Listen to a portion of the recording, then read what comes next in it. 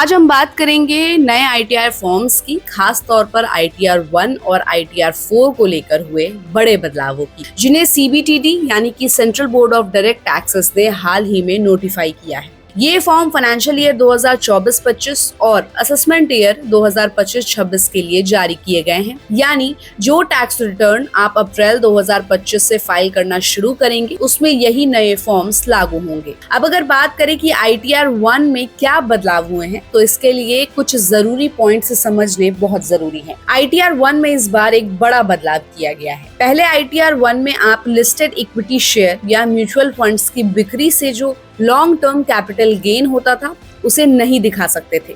लेकिन अब CBTD यानी central board of direct taxes ने इस फॉर्म में बदलाव करके ये सुविधा जोड़ दी है। यानी अगर आपके पास लिस्टेड शेयर या इक्विटी म्यूचुअल फंड्स हैं और आप उन्हें बेचकर 1,25,000 तक का लॉन्ग टर्म कैपिटल गेन कमाया, तो अब आप ITR 1 फॉर्म से ही टैक्स रिटर्न फाइल कर सकते हैं। पहले ऐसे लोगों को ITR 2 फॉर्म भरना पड़ता था, जो थोड़ा ज्यादा डिटेल और पेचीदा होता था। अब अगर बात करें कि ITR 1 फॉर्म कौन भर सकता है, तो इसके लिए भी कुछ ITR 1 फॉर्म भरने के शर्तों को पूरा करना जरूरी है। तो अगर आप एक रेजिडेंट इंडिविजुअल हैं और आपकी कुल इनकम 50 लाख तक है, तो आप ITR 1 का इस्तेमाल कर सकते हैं, बशर्ते आपकी इनकम इन सोर्सेज से हो, जैसे सैलरी या पेंशन, एक हाउस प्रॉपर्टी से इनकम, बैंक इंटरेस्ट या FD या दूसरे सोर्स से इनकम। और अब नए रूल के अनुसार लिस्टेड इक्विटी या म्यूचुअल फंड से 1,25,000 तक का लॉन्ग टर्म कैपिटल गेन,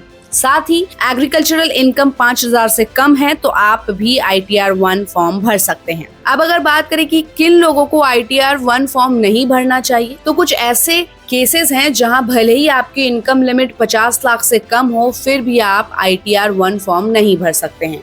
जैसे कि अगर आप किसी कंपनी के डायरेक्टर हैं, आपने किसी अनलिस्टेड कंपनी के शेयरों में निवेश किया है, आपने ऐसे ESOP लिए हैं जिन पर टैक्स डिफर हुआ है, आपके ऊपर सेक्शन 194 AN के तहत TDS कटा है, या आपके पास विदेश में कोई संपत्ति है। ऐसे में आपको ITR 1 की जगह ITR 2 या ITR 3 फॉर्म भरना होगा। अब बात करते हैं ITR 4 फॉर्म की। तो ITR 4 उन लोगों के लिए है जिनकी इनकम बिजनेस या प्रोफेशन से होती है और वो प्रेजम्पटिव इनकम स्कीम के तहत टैक्स भरते हैं। मतलब अगर आप सेक्शन 44AD, 44ADA या 44AE के तहत टैक्स कैलकुलेट कर रहे हैं, तो आपकी कुल इनकम 50 लाख तक है। HUF फॉर्म LLP को छोड़कर या इंडिविजुअल है, तो आप ITR 4 भर सकते हैं। इसमें भी लॉन्ग टर्म कैपिटल गेन की जो लिमिट है वो 1,25,000 तक है, लेकिन ध्यान रहे ये सिर्फ सेक्शन 112A के तहत लिस्टेड शेयर या म्यूचुअल फंड्स की बिक्री पर ही लागू होता है। तो दोस्तों,